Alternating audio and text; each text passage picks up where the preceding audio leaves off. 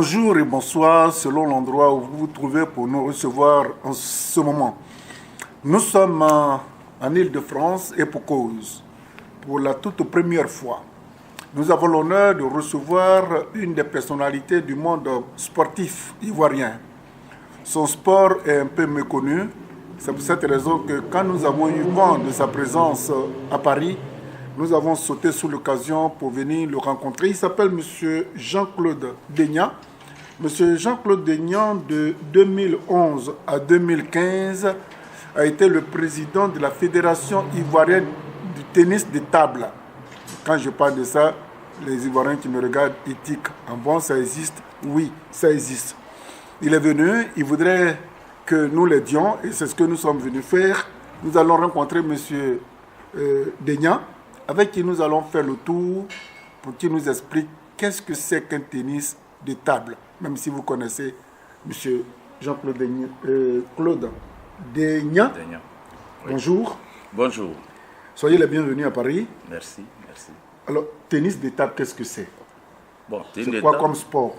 C'est un sport comme tout autre, seulement que court, il se joue sur une table que divise un filet. Deux joueurs sont amènent de jouer, une raquette en main, encore on peut faire ce qu'on appelle la doublette. Deux joueurs de chaque côté, et c'est comme ça que le son qui ressort des lancements de balles fait le ping-pong. Et c'est comme ça, terre à terre, nous avons le ping-pong. Ah, d'accord. Donc, c'est le tennis de table qu'on appelle le ping-pong. Le ping-pong. Ok. À l'état brut, on peut dire le ping-pong. D'accord. Maintenant, une fois déjà toutes les technicités s'y joignent, on parle maintenant de tennis de table. À ce moment, il y a des règlements pour marquer un point, pour perdre un point. Voilà. Et comment vous êtes arrivé à ce sport-là? Comment il vous est arrivé de participer? Bon, moi, personnellement, très jeune à l'époque, dans les années 76, nous étions dans un quartier dit un peu moderne. On accompagnait nos grands frères qui savaient saisir la raquette. Et c'est en les accompagnant, l'envie de jouer a germé à nous. Et ça, cela, à des tournois, à des compétitions, nous allons, et puis jalousement, nous avons participé. Et c'est comme ça, pour le grand footballeur que j'étais à l'époque, je me suis défait de ma paire de marques, des crampons. Et bonjour le tennis de table. Alors, quel est le parcours, votre parcours à vous? Personnellement, parcours, nous, à l'époque, on jouait sans entraîneur. Parce que c'était nos frères de la sous-région, des expatriés qui étaient les plus nantis. Et c'est comme ça que, chacun avait sa raquette, chacun son équipement, et chacun faisait son jeu. C'est des années plus tard qu'on nous a adjoint des entraîneurs qui ont eu à rectifier, n'est-ce pas, les modes de jeu. Alors vous-même, votre parcours, comment vous pouvez nous le décrire? Bon, j'ai commencé un peu à l'âge de 15-16 ans. Et puis, puisque on n'était pas trop suivi, je n'ai pas fait de grandes performances, seulement que j'ai joué jusqu'au critérium. Le critérium qui est un mode de jeu qu'on met au profit des uns et des autres. C'est-à-dire que vous allez vous affronter, on prend les meilleurs de chaque groupe et puis on vous met ensemble. En ce moment sont connus les meilleurs de la place, c'est-à-dire que ceux qui vont jusqu'en demi-finale, finale et puis bien d'autres. Et puis c'est comme ça qu'on a marqué un peu la chose. Et la vie même est venue à nous parce qu'en groupe, nous étions là et nous jouons. Donc on parcourt pas trop merveilleux parce qu'on n'a pas trop entendu parler de moi. À l'époque, c'était nos frères de la sous-région. Donc à l'époque, nous avons M. Nizako, très jeune à l'époque, qui a eu la facilité de s'adonner à ce jeu. Étudiant, d'abord ça devait jouer en milieu universitaire, et il avait la chance de venir chaque fois en vacances à Paris. Et à ce jour, M. Nizako, il est le champion des vétérans de tennis de table en Côte d'Ivoire. Il continue? Il continue de jouer. Il n'y a pas une semaine, j'étais avec lui, j'ai organisé un tournoi où il a joué, il est encore le meilleur, la place. Et c'est un monsieur qui m'a beaucoup marqué, il dit, écoute, je ne sais pas qu'il y avait des jeux mieux que ça, mieux que le football pour moi. Et c'est comme ça que je suis resté au tennis de table. Et à partir de quand vous avez été intégré, reconnu par le ministère du sport ivoirien? Ça, c'est pratiquement en 1977. Là, je participais à mon premier tournoi. Ça, c'était au tournoi de l'association sportive de l'aéroport. Encore à cette finale, j'ai vu encore ce monsieur Nizako qui est sorti champion en face d'un monsieur qu'on peut bien connaître, un chroniqueur sportif encore, un consultant sportif, Aimé Brière. Les deux étaient finalistes, c'est comme ça que vraiment l'envie de jouer a éclaté à moi. Ouais. Alors, vous êtes là, vous avez été 4 ans président de la Fédération ivoirienne du tennis de table. Tout à fait. Quel bilan vous faites de votre mandat? Bon, nous sommes africains, encore moins ivoiriens. Le bilan, je peux dire, il est positif. J'arrive à la tête de la Fédé, africain que nous sommes, sinon ivoiriens que nous sommes. Quelqu'un qui sort de l'ordinaire, qui n'était pas en Côte d'Ivoire, et du coup il vient, il veut prendre la fédération. Effectivement, je suis président. Et je me suis dit, mon mandat, il a pour programme d'activité formation des athlètes, formation des entraîneurs, ensuite les trophées. La promotion, en fait. La promotion. La promotion de la structure. Tout à fait. Et comme ça, je viens et puis, effectivement, ça marche. Je suis président de Fédé, j'ai dit, bon, j'ai vu aussi un de mes anciens, M. Nangigui Anastase. Mettons-nous ensemble. Allons voir à l'échelle internationale le niveau africain. On vient mettre une équipe circuit, dont le jeune Ali Kanaté, un autre quoi, Joe Yann, Nguy Winer, et puis Dago Jean. De tous ceux dont je parle, il y a 3 qui sont aujourd'hui en Europe, dont Ali Kanaté qui fait la fierté des Ivoiriens.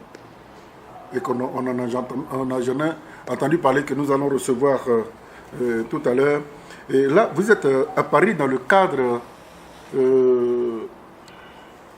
je peux dire, dans le cadre d'une signature, ou de plusieurs signatures, de plusieurs conventions de partenariat, parce qu'aujourd'hui, Kanaté est devenu non seulement sportif, mais il est devenu aussi l'ambassadeur.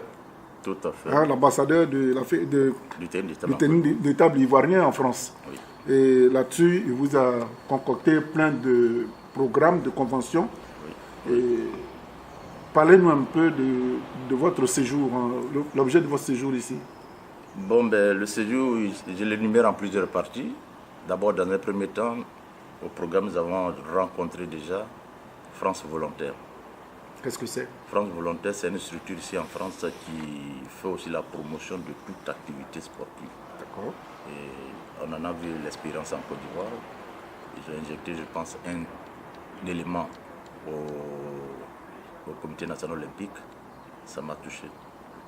J'ai dit, bon, écoute Ali, il faut qu'on aille les voir. On a pris rendez-vous avec eux. On a eu à les rencontrer, on a changé pendant 2 heures de temps. C'est une structure qui va nous amener 2 volontaires en Côte d'Ivoire pour le développement dans le même sens du tennis de table. Et c'est comme ça que l'accord a été acquis. On a échangé, on a pris rendez-vous pour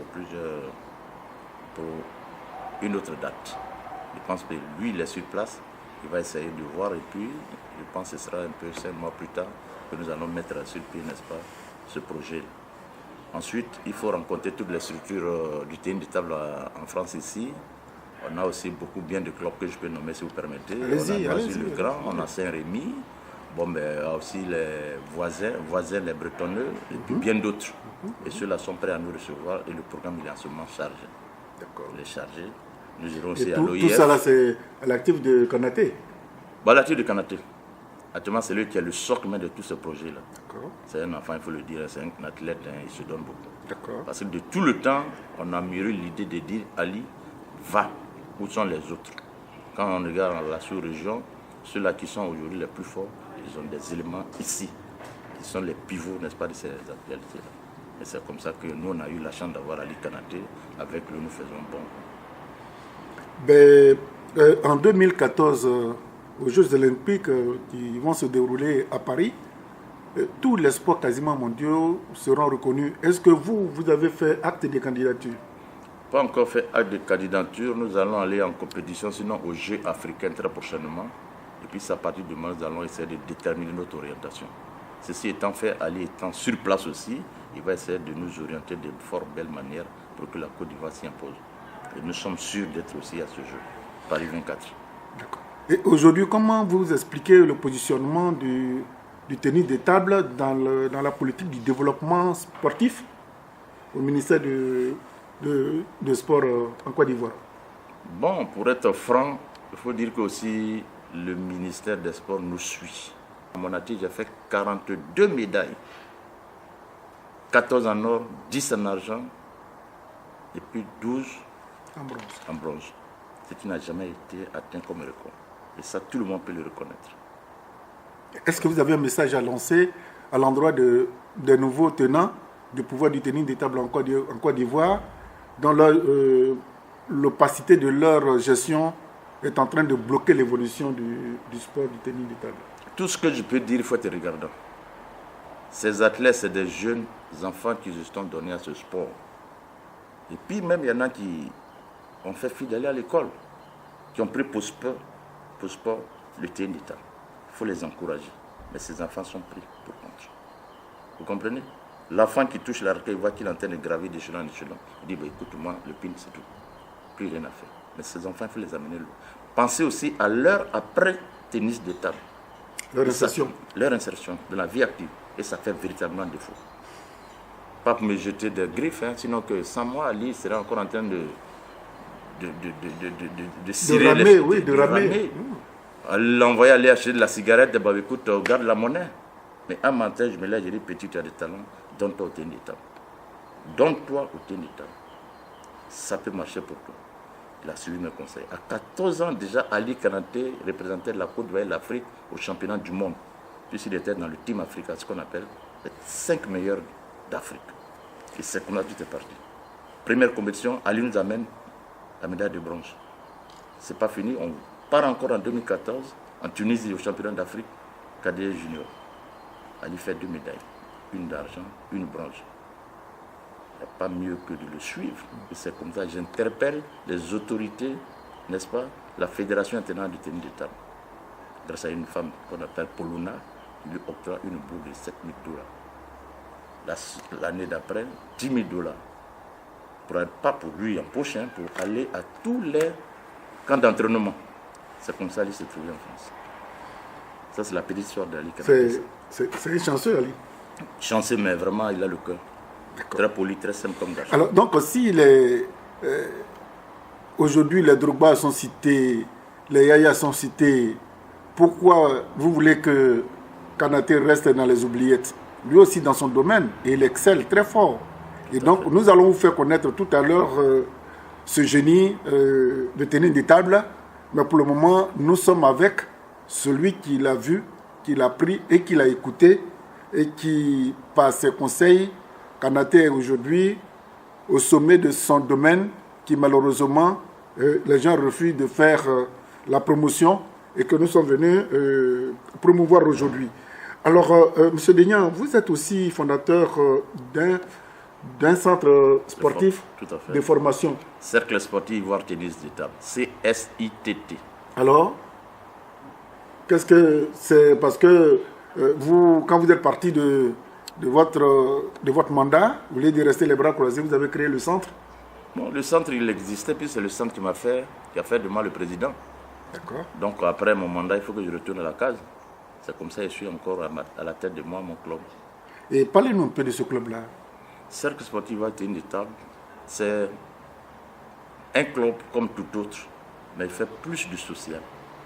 Les enfants déshérités, les enfants dont les parents n'ont pas trop de moyens, je les amène à la pratique du tennis de table. Je les aide, je les scolarise, je les soigne. En fait, ils font le tennis de table. Où vous tirez les ressources? Les ressources, je suis un enfant de Dieu et Dieu fait tout pour moi. C'est-à-dire, vous n'allez pas des dons. Vous n'allez pas quand même confondre le sport au pastorat? Non, pas du tout. Moi-même, je suis sportif. Et donc, je sais que l'enfant, il a besoin du matériel. Et le matériel, je l'ai grâce aux bonnes volontés. Ali ne cesse de ménager les efforts pour que j'ai du matériel. Et je n'en ai même pas besoin. Il m'envoie. Et je distribue à d'autres clubs. Et mes enfants, mes athlètes aussi, la même chose. Et vous êtes basé à Marcory? Nous sommes basés à Marcory. Mais j'ai des centres de formation dans différents quartiers. Oui, des centres pilotes, quoi. Voilà, c'est ça. Alors, quels sont les critères pour arriver à votre centre CSITT? Tout à fait. Il n'y a pas de critères en tant que tel, mais moi, je suis en balade, je recrute. Selon l'âge. Un enfant bien, tranquille, je le regarde. Je suis toujours en train de me promener avec dans mon sac une raquette et des balles. Tu m'intéresses, je viens te dire ça va. Tu sais ce que c'est le ping-pong? Non. Tu sais ce que c'est le tennis de table? Non. Je sors la balle, je sors la raquette, je l'amène à jongler et ça commence par dire bon, je suis basé à tel centre. Viens me voir. Les mercredis soirs, les samedis soirs, viens me voir. Tu le fais gratuit. Je te donne, je ne demande rien aux parents. Je t'équipe tranquille. Et c'est comme ça que j'ai toujours fait.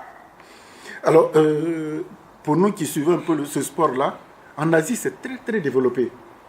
Et comment vous expliquez que dans l'espace francophone, il faut que vous vous battiez corps et âme pour que vous puissiez faire la promotion. Et si vous n'avez pas cet amour-là, ben vous l'aurez jeté, vous aurez jeté déjà vos raquettes. Oui, évidemment. Mais en Asie, c'est vraiment un sport très développé. Oui, mais ils ont développé non seulement aussi, Ali aura le temps de développer, de détailler ce volet.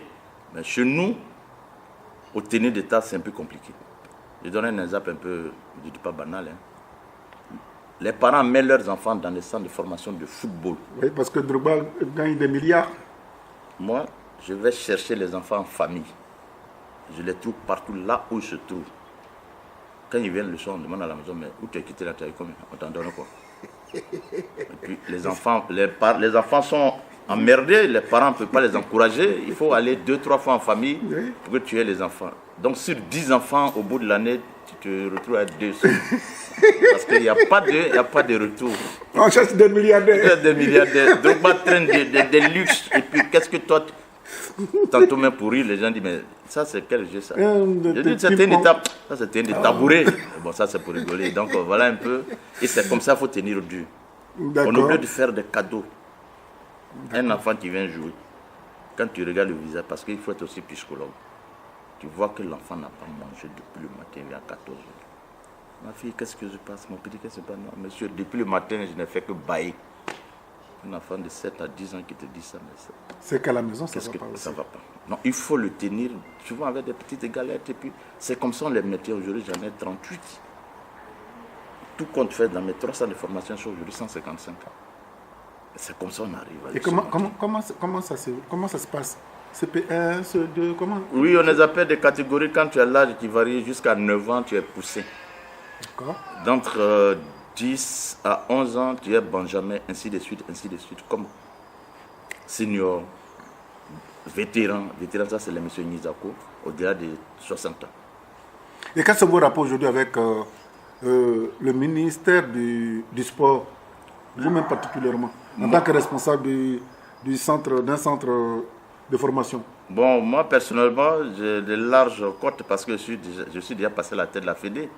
Comparativement à un autre président qui n'a pas d'entrée au ministère, bon, pour moi ça va. La communication, ça passe. Et quand je viens, je n'ai ménagé aucune fois pour avoir mon autorisation de sortie du territoire. Donc ça va. Ok. Alors nous sommes en fin d'entretien avec M. Jean-Claude Deignan qui nous a épluché difficultés, avantages, inconvénients de ce sport. Et je voudrais rappeler aussi aux parents ivoiriens qui nous regardent que vous soyez en Côte d'Ivoire ou dans n'importe quel pays, tout le monde ne peut pas devenir footballeur professionnel. Il y a d'autres clubs aussi, d'autres centres, d'autres sports qui peuvent permettre aux enfants de sortir de talents. Et quand nous avons rencontré M. Deignan, la moralité que nous tirons, c'est que bon, n'allez pas là où ça peut être compliqué. Allez-y là où ça peut vous permettre d'évoluer. Tout le monde ne peut pas être Drogba, mais tout le monde peut être quelqu'un, en fonction du nom que vous portez. Donc, monsieur Jean-Claude Deignan, nous sommes en fin d'entretien. Quel est votre mot de fin? Le mot de fin, à vous personnellement, je dis merci. Je suis sûr que cette interview va porter, ce sera à large ouverture, à large diffusion, je vais dire. Seulement, vous l'avez déjà touché, vous avez touché le problème du doigt. Nos parents, qu'ils laissent les enfants aussi pratiquer le sport de leur choix. Qu'on ne leur pose pas seulement le judo, l'athlétisme, le football. Avec le tennis de table, l'enfant peut arriver loin. Il peut aussi sauver la famille. Seulement, c'est l'encadrement. Nous sommes en train de mettre les voies et moyens pour un suivi de ces enfants-là. On a déjà un bon nombre en Europe. Je pense bien que nous allons essayer d'élargir le cercle pour que tout enfant qui pratique le tennis de table soit aussi un modèle. Pour que tout enfant qui pratique le tennis de table soit un modèle. Le message, il est passé. Je répète encore, Le tennis de table, c'est un sport qui aussi peut faire rentrer beaucoup d'honneur, de dignité, de matériel. Nous allons tout à l'heure rencontrer un des pratiquants. Et dites-vous bien, d'après M. Deignan, ce sport a fait obtenir dans le silence de leur prière beaucoup d'athlètes en Europe pour leur bien-être. Pourquoi rester quelque part où toi-même tu sais pertinemment que tu ne pourras pas évoluer? Vous avez quelqu'un qui a la clé du bonheur, il s'appelle M. Jean-Claude Deignan, il va ouvrir cette porte. Il y a beaucoup de places, il y a beaucoup de lits, il y a beaucoup d'opportunités, c'est existé là. Merci pour vous qui nous suivez. Désormais, quand on vous parle du tennis de table, courez-y comme vous allez regarder Drogba. Merci et à très bientôt.